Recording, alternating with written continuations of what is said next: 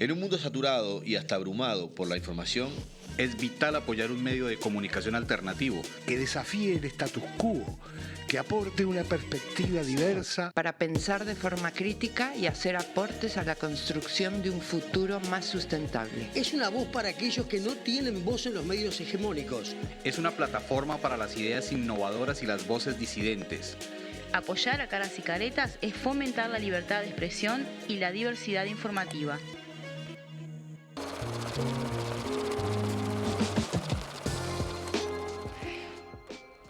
Muy buenas noches, estamos otro lunes en Dato Mata Relato. ¿Cómo andás, Julieta? Cada semana mejor, María Noel. ¿Bien? Excelente. Feliz lunes para todas y todos. ¡Vamos arriba! Bueno, seguimos avanzando en nuestros Datos Mata Relato. Sí. Seguimos cambiando de tema. Vamos creciendo cada vez más, ¿no? Bueno, la semana pasada, por si no lo vieron, estuvimos hablando del sector turístico. Los invitamos a repasarlo. Sí. Y esta semana vamos a tener uno de los temas que más nos tienen que preocupar a todos los uruguayos y que los datos, que no son nuevos, pero los últimos son demasiado altos. Vamos a hablar de los niveles de pobreza infantil. Sí. Hemos conocido los últimos datos que se dieron, que se publicaron a través de la encuesta continua de hogares, donde se conocen los datos de pobreza. Los datos de pobreza a nivel del país están en un nivel de 10,4, que da una suba de la pobreza, pero lo más grave o lo más tremendo es que a nivel de los niños y de los jóvenes, en promedio hay un 20% de pobreza. Entonces, bueno, eso es lo que se llama la infantilización de la pobreza, que significa que existe una relación mucho más alta de porcentaje de hogares pobres en relación a otros cohortes de edad, lo que es la incidencia de la pobreza. Eso es tremendo desde el punto de vista social y económico, porque nos está determinando una de las mayores trabas para el desarrollo, pero también está marcando una cuestión de prioridades, porque Uruguay, si bien ahora tenemos una baja en el crecimiento que hemos ya analizado en el último trimestre, tuvimos etapas de crecimiento, igual la pobreza infantil sigue creciendo. Así que bueno, el tema de hoy es analizar los datos de pobreza y qué significa esto de la infantilización de la pobreza. Así es, o sea, es un tema que es muy delicado de hablar porque debe ser de los temas más dolorosos que nos toca tratar como país, ¿no? O sea, llegar a ese nivel de la desigualdad tan brutal que entiendo que responde a una serie de cuestiones que hacen que haya un modelo que reproduzca esto tan cruel, ¿no? Pero quiero empezar preguntándote, María Noel, como para ir entendiendo cómo se mide la pobreza y la pobreza infantil. ¿Cómo llegamos a esos datos? Bueno, estos datos responden a lo que es la medición de la línea de pobreza, que es lo que se llama tradicionalmente como el método del ingreso. La pobreza es un fenómeno multidimensional, abarca múltiples cosas de lo que hace a la vida de un determinado hogar o de una determinada persona. En economía lo que existen son diferentes aproximaciones de cómo se mide esa pobreza y tenemos lo que es el enfoque del ingreso, que es el más tradicional, que en general se lo critica porque es como unidimensional, es medir la pobreza solamente a través del ingreso. Pero en realidad lo que tiene detrás es que se toma el ingreso como una proxy del acceso a determinados bienes y servicios. Después hay otros enfoques, como son las necesidades básicas insatisfechas, que se definen determinadas necesidades que son insatisfechas y se mide, bueno, cuántos hogares tienen una, dos o tres necesidades básicas. Después está el enfoque de las privaciones y también está el enfoque de los derechos. En definitiva, el conjunto de metodologías para medir la pobreza lo que hace es complementarse y tienen que ver con lo que se llama la aproximación a la pobreza en forma unidimensional o multidimensional y lo que es la relación entre lo que es la pobreza absoluta y relativa. En particular, los datos, la medición de la pobreza a través del ingreso es de los indicadores más conocidos y que más se siguen regularmente. Entonces, por eso interesa conocerlos y sí complementarlos con otras miradas. ¿Y qué es la línea de pobreza? Lo que hace la línea de pobreza es, se mide una canasta donde se compone de bienes y servicios que tienen que ver con determinado nivel de vida, en alimentación, en transporte, en vivienda, y eso se valora. Entonces, a través del IPC todos los meses se valora esa línea de pobreza, esa canasta, y se identifica los hogares que quedan por debajo de esa línea de pobreza o por encima de esa línea de pobreza. El porcentaje de hogares que queda bajo la línea de pobreza, o sea, que tienen un ingreso que es menor a esa canasta medida, son lo que se llama los hogares pobres. El porcentaje son la incidencia de la pobreza. Y eso es lo que tradicionalmente conocemos como... Entonces ahí lo que podemos cuantificar es, bueno, cuántos niños o cuántas personas de determinado tramo de edad se encuentran por debajo se encuentran en hogares que están por debajo de esa línea de pobreza. Entonces, cuando hablamos de niños pobres, hablamos de niños que pertenecen a hogares que están por debajo de la línea de pobreza. Y otro nivel es lo que se llama la pobreza extrema o la línea de pobreza extrema. La pobreza extrema es el mismo concepto, pero en vez de integrar todos esos bienes y servicios que hacen a que un hogar lo identifiquemos como pobre, o sea, que sería el ingreso necesario para acceder a un consumo mínimo, la línea de pobreza extrema es una canasta que refiere a la alimentación, a una alimentación mínima. Entonces, está mucho por debajo. Entonces, cuando hablamos de la línea de pobreza extrema, estamos hablando de un nivel de ingreso que por debajo de ese nivel de ingreso no estamos accediendo a un ingreso de un hogar promedio para poder solventar los gastos mínimos de alimentación. La pobreza extrema es un núcleo muy duro y el porcentaje de hogares que está por debajo de esa línea de pobreza extrema son la incidencia de la pobreza extrema. Y ni que hablar los que directamente están en situación de calle, ¿no? También. Bueno, ahí se suman también el concepto de eso que yo te decía, de privaciones, porque en realidad ahí lo que estás diciendo es que la persona carece directamente de la vivienda, y el estar en situación de calle es una de las situaciones de vulnerabilidad más grandes que existen a nivel de la población, y porque imagínate no tener dónde dormir. Exactamente. Ahora, el tema de la pobreza también tiene que ver con un enfoque grande de derechos, porque los hogares pobres son hogares que no acceden a determinada cantidad de situaciones, como de derechos desde el punto de vista del acceso a los servicios, a infraestructura, a la educación, a la alimentación. Entonces, por eso el fenómeno es multidimensional, y en particular a nivel de los niños, bueno, el enfoque de los derechos es sumamente, y implica otro tipo de mediciones. Pero cuando estamos hablando de los últimos datos y lo que se ha venido discutiendo últimamente, bueno, sí, estamos hablando de esta metodología que es la línea de pobreza, y que se puede complementar con otras, por ejemplo, con el tema de las necesidades básicas, en el cual se puede decir variaciones en precios, variaciones en ingresos pueden mover más rápidamente lo que es la línea de pobreza, pero después, cuando ya hablamos de otro tipo de privaciones, se pueden identificar pobrezas más de tipo más estructurales también. Pero claro, la realidad es que los datos, si bien son muy altos en la última medición, tampoco son nuevos. El año pasado ya veíamos que lo que es los tramos de los hogares con más cantidad de niños, los niveles de pobreza son mucho más altos. Y en particular estamos hablando que entre la edad 0 y los 17 años estamos en un promedio de 20% de pobreza. Es altísimo. Y en relación a las poblaciones de más edad, lo que implica que, bueno, tenemos un sistema de seguridad social que a pesar de que ha funcionado, pero que en realidad básicamente 1 de cada 5 niños es pobre. En un país de 3,5 millones de personas. En un país de 3.400.000, y nos afinará el censo ahora, pero básicamente sí. ¿Sabes qué me quedé pensando? Ha trascendido en más de una ocasión los datos también de inseguridad alimentaria, por ejemplo, en determinadas escuelas o en determinados liceos, ¿no? Que también habla de la vulneración de derechos de varios niños y adolescentes, que tiene que ver justamente con no poder acceder a una alimentación digna, y bueno, que sin embargo sí van a una institución educativa, que eso para mí es bastante novedoso en términos temporales, ¿no? De que hace por lo menos década y media que no veíamos una situación así, ¿no?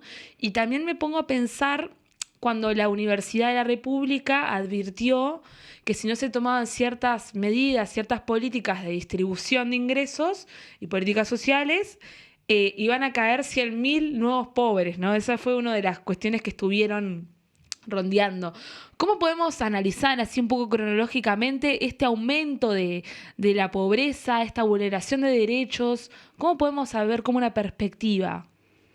A ver, lo primero es, la primera reflexión que me surge, Julieta, cuando vos hablabas esto, cuando salieron los datos de inseguridad alimentaria en la población infantil, es terrible que un país como Uruguay, de poca población, pero que aparte 3.400.000, más o menos, que produce alimentos para 34 millones de personas y tiene un potencial mayor todavía, existan personas con hambre. Es tremendo. Niños y niñas con hambre. Está. Tremendo. El sistema educativo es muy importante y los merenderos, los comedores y el horario completo es fundamental para los niños que pertenecen a hogares pobres y que pueden comer en la escuela y que es un lugar de inserción. Cuánto de lo que han sido las reformas recientes también están afectando todo ese acceso a servicios que tienen mucho que ver con las políticas sociales que complementan, que no son suficientes, ¿no? Porque, claro, a ver, las medidas tienen que ser con hogares, para los hogares o para esas familias que puedan salir del ingreso. Y en particular, caracterizar esos hogares. En general son muchos hogares uniparentales, muchos hogares que dependen de que tienen titularidad femenina y que en realidad estamos viendo que en esos hogares, en los menores de 6 años, que la última medición es de 20,9%, estamos diciendo que 1 de cada 5 niños menores de 6 años nace es un hogar pobre.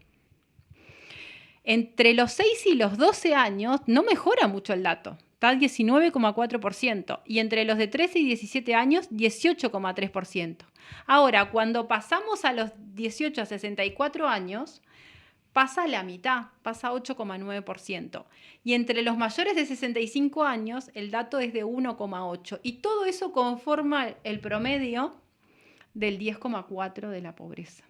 Entonces, si uno proyecta esos hogares, ¿no? Hay una desigualdad intergeneracional enorme que después se puede cruzar con otros tipos, podemos hablar en forma residencial, podemos hablar, pero estamos hablando de la importancia que tiene el sistema educativo en sí mismo para poder sacar a esos niños de generarle oportunidades, y cuál es la perspectiva de saber que en Uruguay, de los menores de 17, más o menos 1 de cada 5 nace en un hogar pobre.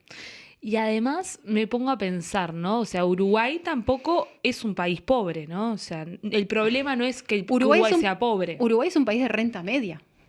Por eso, plata habría como para generar y además, una política, ¿no? Y tuvo un periodo post-COVID de crecimiento, pero está viendo que no llegó. Y además es un país con bajos niveles de natalidad. Y los mayores niveles de natalidad se dan en los hogares de menores ingresos. Claro. Con mayores dificultades. Entonces, ¿cuál es la perspectiva?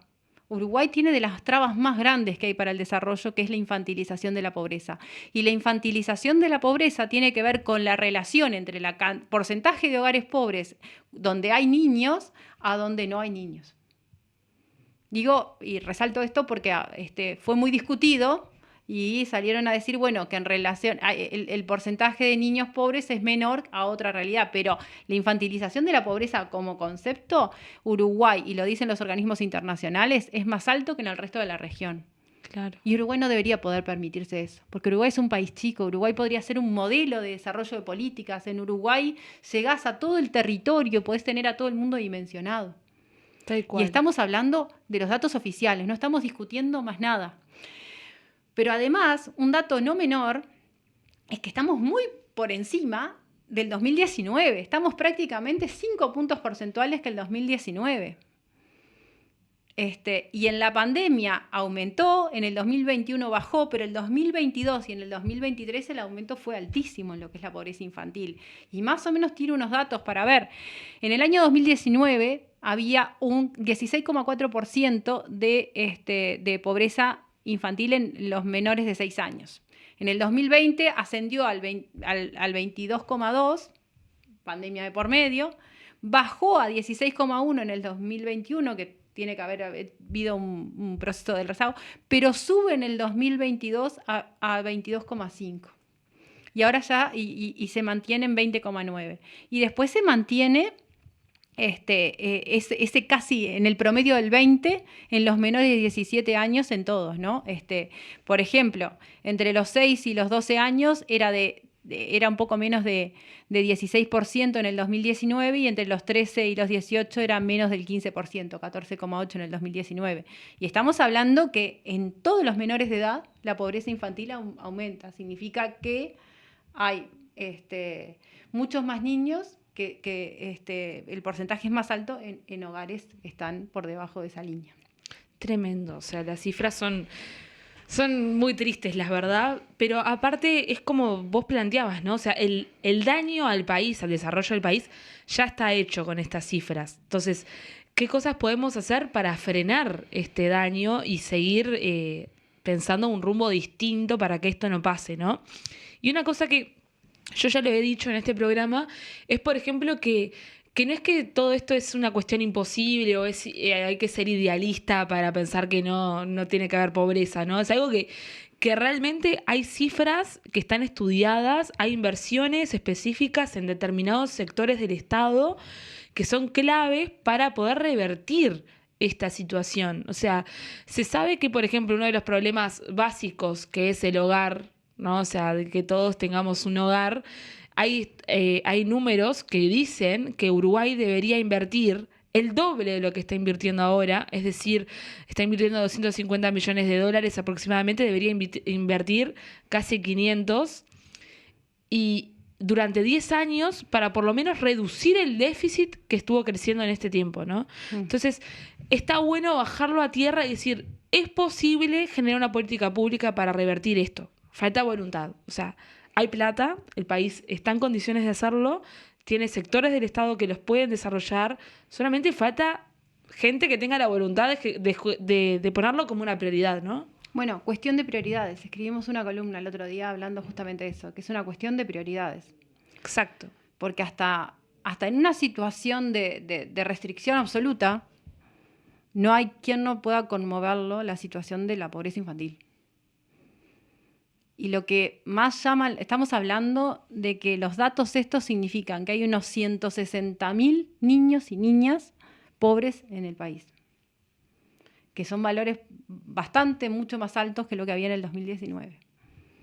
Entonces somos un país que está totalmente condicionado para adelante, pero además hay una cuestión de humanidad, de derechos, sí, porque no debe haber algo más tremendo que ver un niño pobre y todas las vulnerabilidades que implica desde el punto de vista habitacional, desde el punto de vista de acceso a servicios, de acceso a derechos, a salud, a alimentación y a todo lo que son las violencias que están sujetas en esas situaciones, ¿no? Sin en dudas. Un país más inseguro, pero que si estos datos siguen van a ser más inseguros, en un país donde las últimas rendiciones de cuentas han sido de recortes de la educación. Entonces, atender la pobreza infantil es proveerlos de recursos vía sistemas de transferencias, tiene que ver con el acceso a servicios como salud, educación, tiene que ver con la vivienda de esos hogares y tiene que ver con la mejora de ingresos de esos hogares vía empleo, ¿no? Tal cual.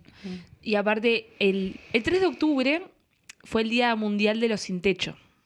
Que ese día, bueno, es la reivindicación de políticas habitacionales reales, etcétera.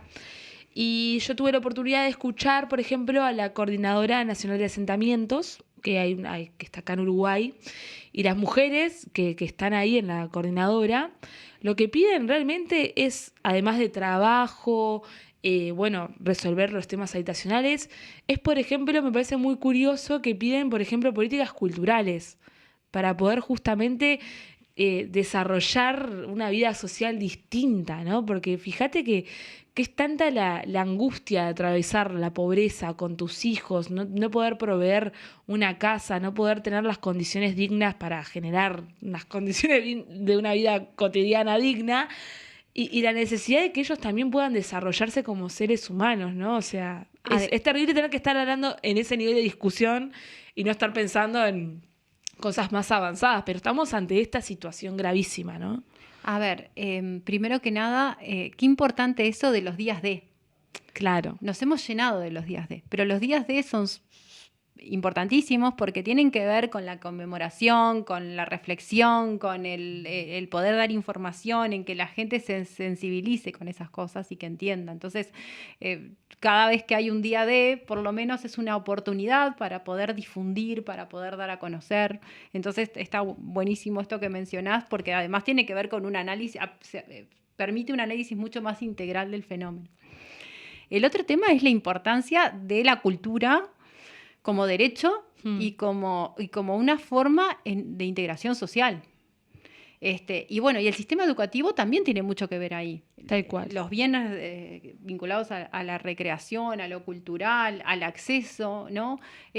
¿Cuántos niños han podido participar vía las escuelas de lo que es el teatro? Vos que estás en el teatro. Y cosa más emocionante para un niño que estar en ver el teatro. Tal cual. Es una magia única. Vida. Sí, le cambia la vida. Como un niño yendo a ver la playa, ¿no? Eso que hablábamos del turismo. Sí, bueno, un niño yendo a ver la playa, yendo a ver el mar. Imagínate un niño que va a una escuela rural. Exacto. Y que permite conocer el mar. O, bueno, un niño que vive en un lugar en Montevideo, aislado, y que puede conocer el campo. Tal cual. Entonces, cosas que en otros estratos existen esas oportunidades. Bueno, y eso es parte del sistema de la educación. El sistema educativo ha tenido mucho que ver. También con lo que es el acceso a la salud. Sí. Si estamos pensando en recortes que se dan en todos esos sistemas, bueno, estamos atentando al acceso a esos derechos. Entonces, el trabajar en la pobreza también tiene mucho que ver con la creación de bienes públicos, que es el acceso a servicios y el acceso a infraestructuras que permiten mejorar la calidad de vida. Entonces, y eso es inversión pública.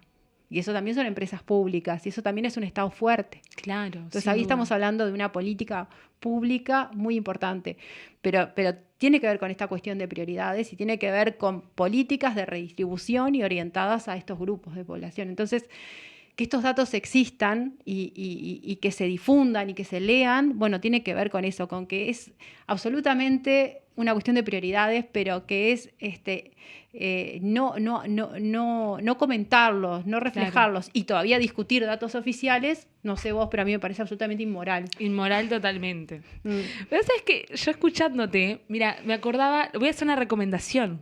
Dale, a mí me encanta que... Hay un documental que creo que se lo mandé a Leo, que creo que ya lo vio y también le gustó. Es un documental que se llama Tierra Arrasada, de Tristan Bauer, que narra lo que fueron los 5 años de macrismo, y bueno, todo el proceso, que está muy bueno porque incluso pasan cosas y decís, yo me había olvidado de esto. Pero bueno, entre todo eso, en el momento de hablar de la pobreza, hay una frase de Cristina que es muy básica, pero me hizo acordar, que es: nosotros lo que pedimos es lo simple, que los niños estén en las casas, que los padres puedan trabajar y que los ancianos tengan sus medicamentos, ¿no? O sea, y es como increíble tener que estar hablando en estos términos de las necesidades básicas no cubiertas. Otro tema fundamental, el sistema de cuidados. Sí. El sistema de cuidados para la primera infancia.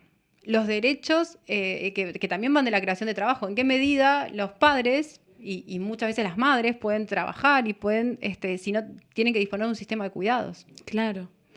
Que además, muchas veces las mujeres que tienen el doble cuidado, ¿no? De los adultos mayores y de los niños. Pero eso también es un tema que para quien no puede pagar un cuidador o no tiene un dispositivo para pagar un cuidador, bueno,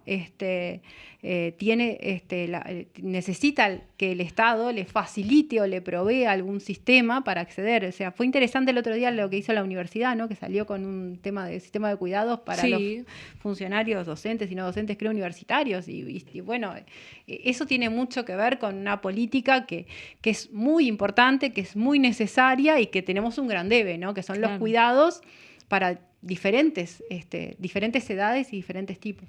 Bueno, y también otra dimensión que podemos agregar es, por ejemplo, la modificación que se hizo en la LUC con respecto al micromenudeo, narcomenudeo, con estas pequeñas gramos que entraban las mujeres a las cárceles y que se las penaban con cárceles. Se llenó la cárcel de mujeres y niños. Y ahora están reviendo todo eso, porque claramente las cárceles están colapsadas de niños y mujeres. Me río para no llorar. Pero digo, por más que vos quieras arreglar ese error, esos niños que estuvieron presos con sus madres, ¿cómo solucionás todo ese tiempo que estuvieron ahí? Bueno, otro dato que no es menor de analizar es la población carcelaria, ¿no? La población carcelaria y la población joven, ¿cuántos niños tienen su padre su madre en una Exacto. situación carcelaria y bueno, es cierto, hay niños que nacen en la cárcel. Las cárceles mujeres, la semana pasada hubo un aumento de la violencia brutal por hacinamiento. Eso yo lo estoy traduciendo lo que dice Leo para que ustedes lo escuchen. Dentro de poco Es lo vamos verdad. a tener a Leo hablando. Es que es así. Tremendo. De hecho, Petit está pidiendo habeas corpus en varias unidades porque la situación carcelaria es dramática de verdad. Y creo que no es en vano mencionarlo. De las porque mayores violaciones a los derechos humanos. de las que existen. y que además responde a que el problema de la pobreza, porque en la cárcel no hay clase media ni ricos, habrá algunos y en algunas cárceles específicas. También está segmentado, ¿no? Exacto, son todos pobres. Entonces uno podría decir, hipótesis, los problemas sociales de las pobrezas, en vez de responderlas con políticas públicas, sociales y económicas, las respondés con represión. Barrés la pobreza, yo no la veo, la pongo en la cárcel Y todavía le generás y ya está. ¿no? todavía menos accesos y menos posibilidades, ¿no? Y además es un problema totalmente invisibilizado porque se generó tanto la idea en nuestra sociedad de que hay que reprimir y meter toda la gente presa, ¿no? O sea, toda América Latina ha permeado mucho ese discurso. Entonces, no ves que la gente esté indignada por la gente que está en la cárcel. No. Nadie pega el grito en el cielo, ¿no? Entonces es como una fórmula perfecta de barrer un problema para el costado que reproduce toda la desigualdad. Hace menos de 20 años tuvimos un plan de emergencia, donde Uruguay salía de una crisis, pero salía de muchos años de un modelo excluyente, liberal, y que desencadenó la crisis del 2002, pero después llegó al 2005 con unos niveles de pobreza altísimos y de pobreza Sí. extrema, y que bueno, fue la alternativa en ese momento fue el plan de emergencia. El plan de emergencia es lo que trajo aparejado. El primero fue la identificación de todas esas personas que estaban en situación de pobreza y que tenían una carencia de ingresos, pero a su vez una cantidad de otros elementos. Se encontró una cantidad de gente con problemas de analfabetismo. Algunos por analfabetismo y a otros por analfabetismo por desuso. Se encontró una cantidad de gente que no veía. Claro. Y se hizo la operación Milagro. Se encontró una cantidad de gente sin habilidades para integrarse al mercado de trabajo.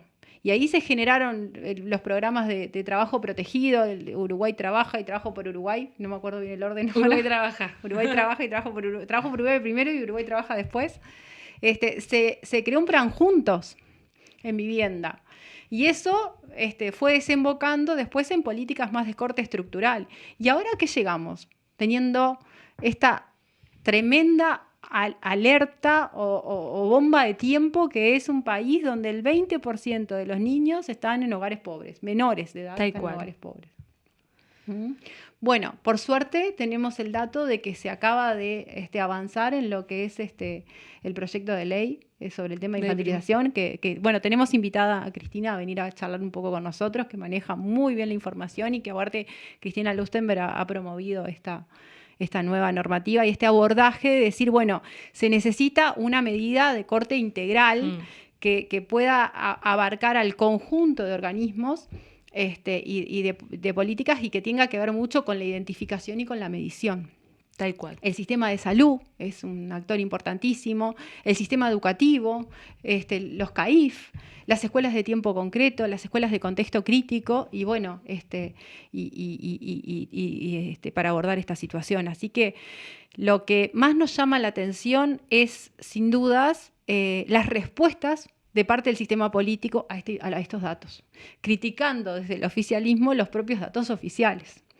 Así que esto nos habla de eso que decíamos, no solamente de la cuestión de prioridades, sino de la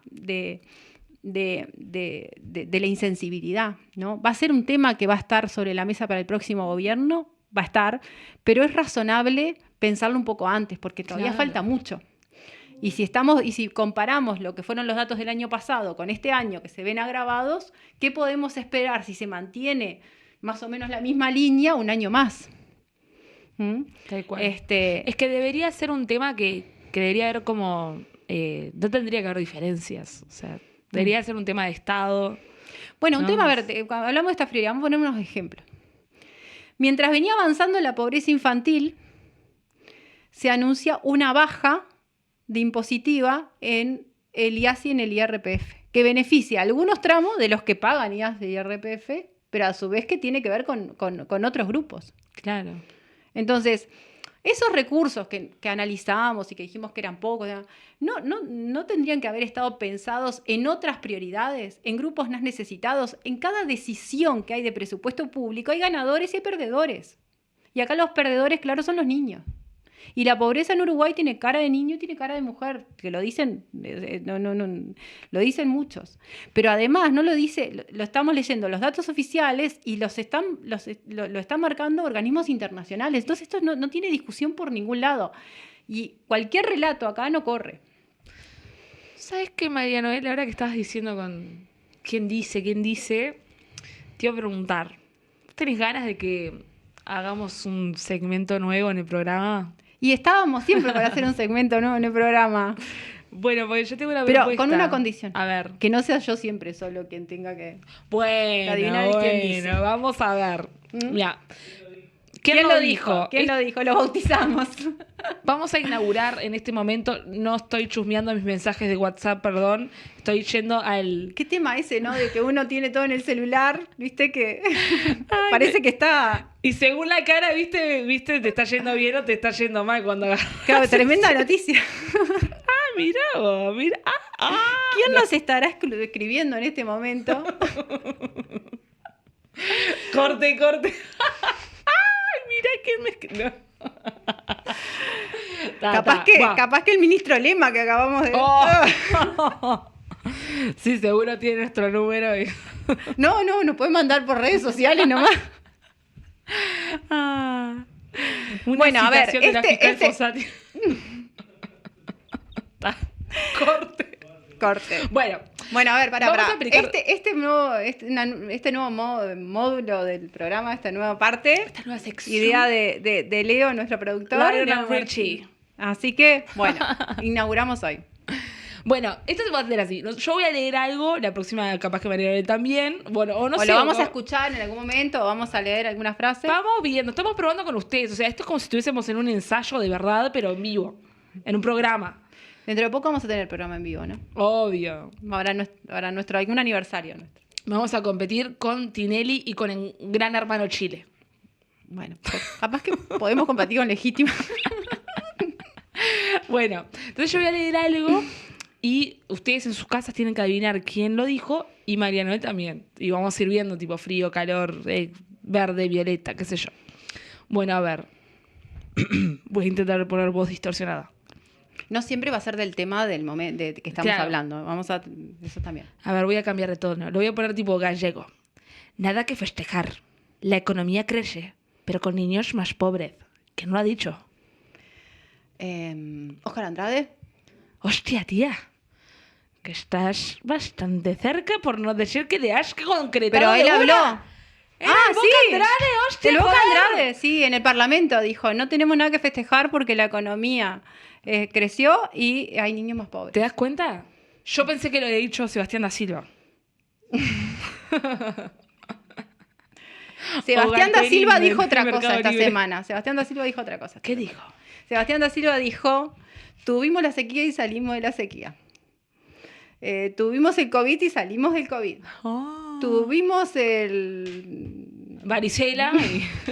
No me acuerdo qué más. Y salimos.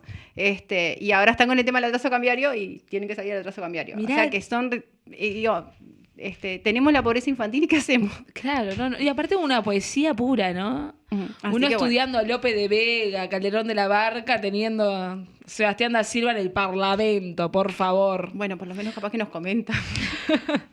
A ver, bueno, voy con otro. ¿Les gusta este español o quieren otra nacionalidad? Hostia, ¿puedo seguir con esta? Está bien. Está fatal hoy, Bueno, está fatal. Esta es una pregunta.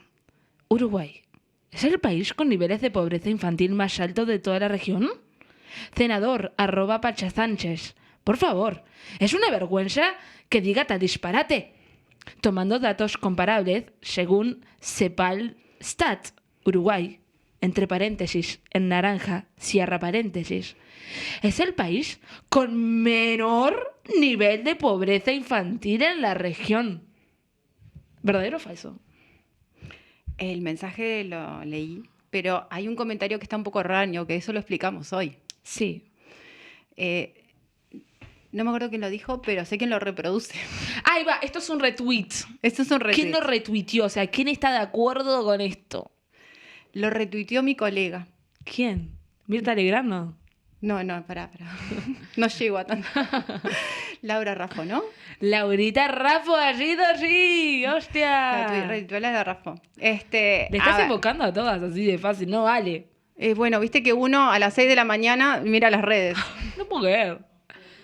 Todo Twitter. Tenemos que mirar más otras redes.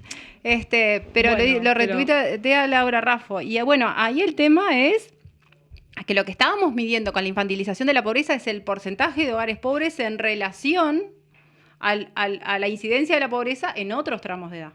Claro. Y eso es lo que definimos con la infantilización de la pobreza. O sea, que acá lo que está diciendo en realidad es... A ver, los datos están, hemos publicado lo mismo, hemos visto todos los mismos gráficos, pero bueno, te discutiría a mi colega el concepto. Estoy para armar una campaña que sea tipo un debate María Noel Sanguinetti, Laura Raffo, por favor. Corta. Por favor, pelea de rubias. No, pero un lindo debate, o sea, re tranqui, yo la invitaríamos con un té, todo, pasaríamos bomba, haríamos chistes. Aparte ya podemos tomar agua a la canilla. Claro. O sea, como aquella vez que Carolina Cose la invitó a comer un asado, ¿te acordás? En campaña. Bueno, yo, Laura y Rafi... No creo que... Seguro que le acepta a Carolina Cose, a mí no creo.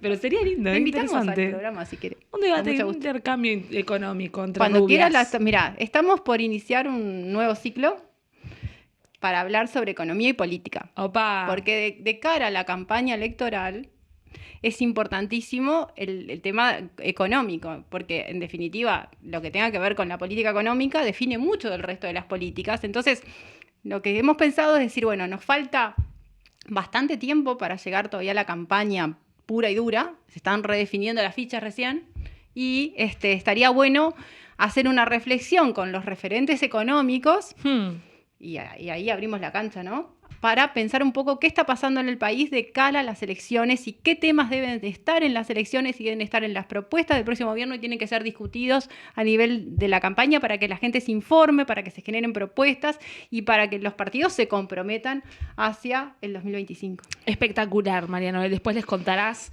ese proyecto que tienen de economía política y esas cosas. En pocos días, y bueno, vamos a ver en cuál de nuestros medios va a salir, pero ya casi está todo definido, ¿eh? Bueno, éxitos con eso. Les cuento. Por parte, te aviso. Genial. El último. Los exportadores de bienes y servicios son claves para la generación de empleo en Uruguay. Apoyar la industria exportadora es apoyar la creación del trabajo, fuerza y una bandera de Uruguay. ¿Quién lo han dicho, Creo que lo dijo mi colega también, Laura Raffo, en la fiesta de la Unión de Exportadores. Así que, bueno, por el aniversario de la Unión de Exportadores, aprovechamos para dejar un saludo por el aniversario y, bueno, que han planteado el tema trazo cambiario como una dificultad. Y otra cosa, las exportaciones volvieron a caer otro mes. 18% fueron los últimos datos. Pero bueno, puede ser. A ver, nos preocupa el tema de la pobreza muchísimo. Tenemos mucho para analizar y bueno, Sí. En estos meses vamos a seguir analizando el tema de la pobreza, de la desigualdad, de la infantilización de la pobreza, los diferentes abordajes, los temas de cuidados, porque debería ser de los temas que más nos deben preocupar como sociedad por hoy y para adelante.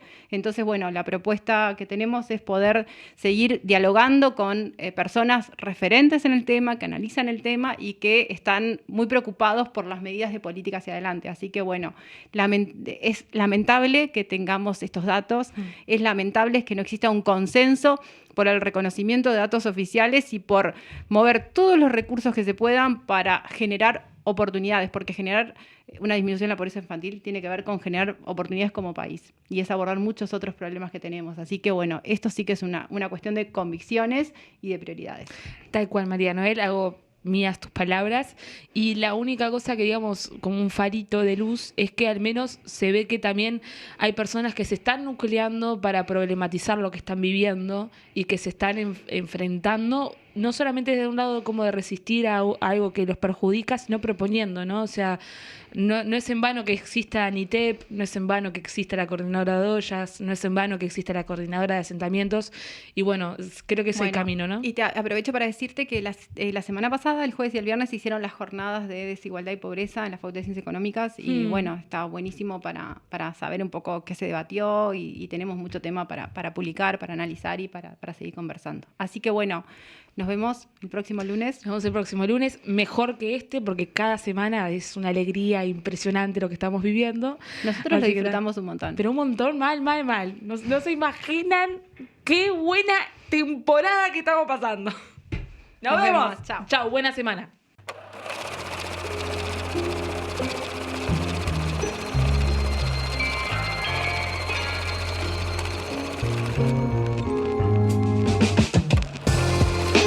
En un mundo saturado y hasta abrumado por la información, Es vital apoyar un medio de comunicación alternativo. Que desafíe el status quo, que aporte una perspectiva diversa. Para pensar de forma crítica y hacer aportes a la construcción de un futuro más sustentable. Es una voz para aquellos que no tienen voz en los medios hegemónicos. Es una plataforma para las ideas innovadoras y las voces disidentes. Apoyar a Caras y Caretas es fomentar la libertad de expresión y la diversidad informativa.